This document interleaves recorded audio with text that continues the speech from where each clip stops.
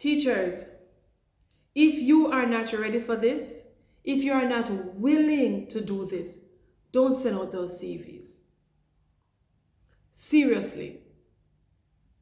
Nothing that I will say to you in this video will ever prepare you for what is ahead.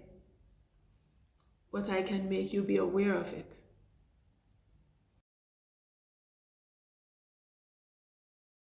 Guys, welcome back to my channel, T.E.R Teachers Consultancy. I am Terina and I appreciate your support on my channel. If you're new, please hit that subscribe button and share this video with someone. So I've made many videos about the benefits of teaching in the UAE, the pros. So in today's video, I want to talk to you about one of a significant con, the one that it is unavoidable. I am talking about teacher workload. Many persons have asked the question, what is the workload like here in the UAE? And let me tell you this. It cannot be, this video alone will not be sufficient. Okay? It will not be enough to talk to you about the workload in the UAE. So I'm just going to give you just a little glimpse of it. And then I promise to do a live in the near future, and we can have that discussion about the workload here. So I've been in the UAE since 2017, and this is my third school, okay? So whatever I share with you in this video, it's my experience. And I realized that over the years, the workload has got more and more and more and more. Trust me. I have never worked so hard in my life. No wonder they pay us so much money, right? But seriously, the workload is a lot. But honestly, it depends on the school that you're working at. It depends on your teaching style or the management that you have, because you will be stressing over something and you will have a lot of work to do, and another teacher doesn't have it, and you're in the same school. You may be even the same grade level, and they are not experiencing the same thing that you are experiencing. So whatever I share with you in this video, this is my experience. So when we're talking about workload, we can't just use it as a general term, okay? We have to look at the different areas that this workload might come under. So there is a lot of paperwork that comes from administration, whether it's SLT or principals or someone in administration. Okay, you get that part of it. So you will have a lot of paperwork to do, whether it have to do with assessment, filling out forms, filling out trackers, and all of that, doing reports.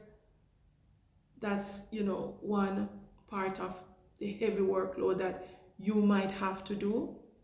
Okay, you have to think about the workload for yourself as a teacher in the classroom with the students, like doing lesson plans, creating activities, making anchor charts, making materials such as manipulatives and all of that.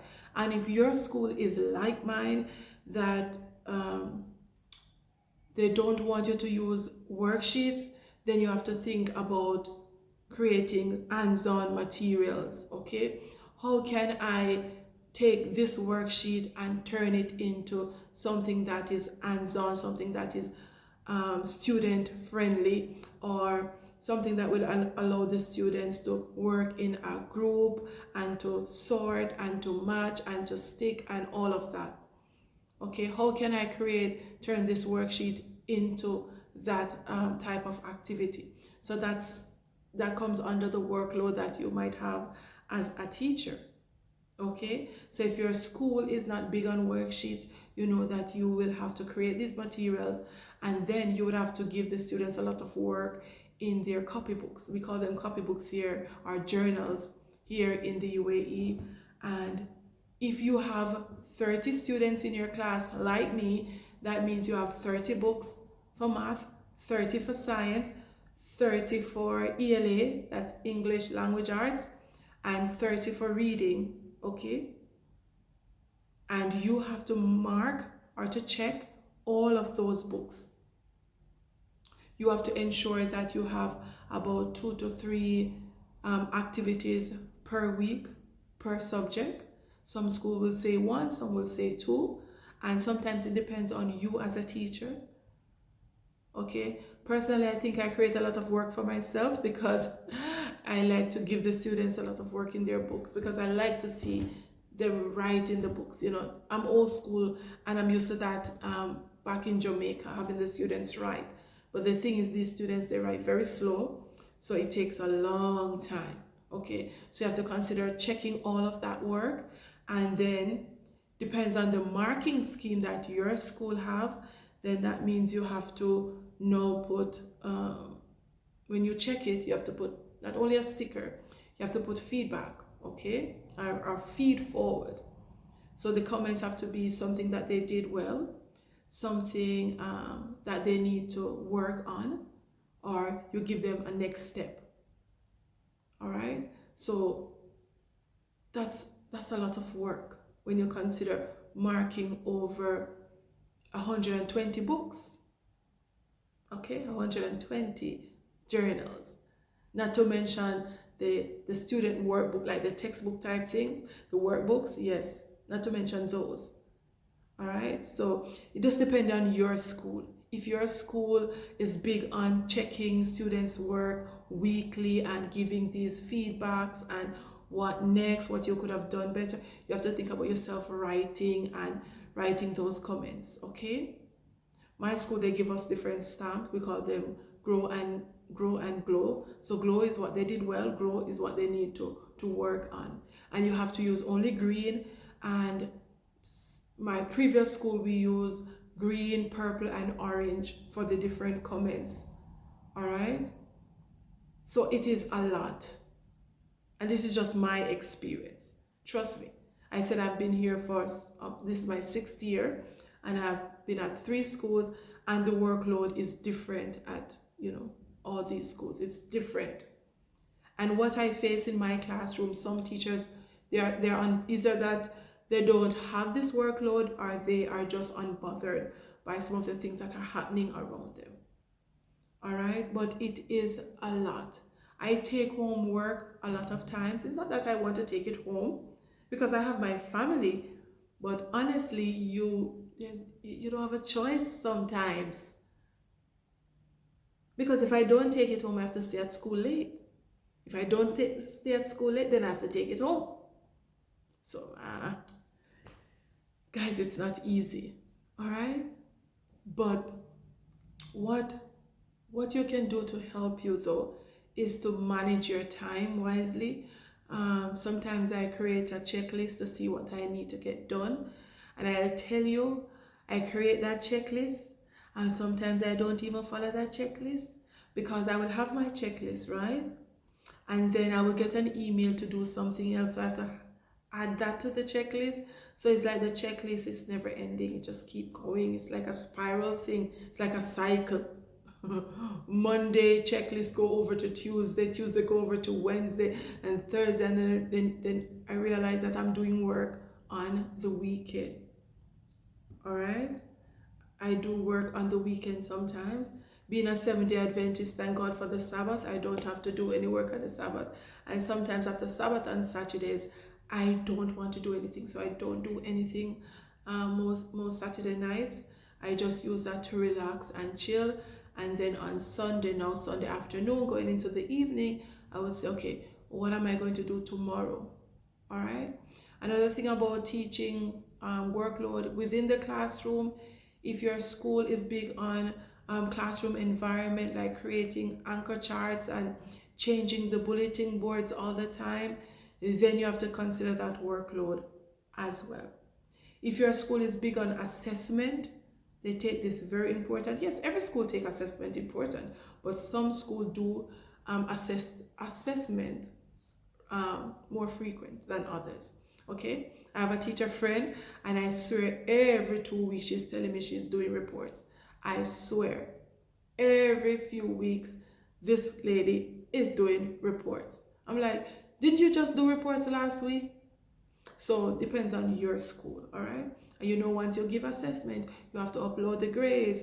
And most of the times, you're not putting the grades in one section or one area, all right? If you upload it here, there's another tracker that you have to go and upload it on. So that's another thing. But it depends on the school that you're working at. It depends on your SLT, your school leadership team. So I might tell you about my workload experience, and you don't have that problem. Other teachers may not have that problem. All right? But guess what? It's a part of teaching, but honestly, I just think that it is too much at times. All right? So I can't change the school system because before I went to that school or this school, they were doing their thing. So I can't change it. I have to change how I do things in my classroom, do things at home. Sometimes I just say, no, it is enough. And there are times when I just have to do it because I have deadlines to meet. Okay? So you have to take these things into consideration when you are applying for jobs here in the UAE. And as I said before, I can't prepare you for what is coming. I'm only making you aware of it. Okay, my friends? So this is Terina's experience. And if you're a teacher here in the UAE and you wish to share something, drop it in the comment section. If you're a teacher looking forward to teaching here in the UAE or applying for jobs, and you have questions about workload, drop it in the comment section. This is my honest opinion about how I feel sometimes with the workload. But at the end of the day, though, I am a teacher, this is my job, and I have to find ways to make it work.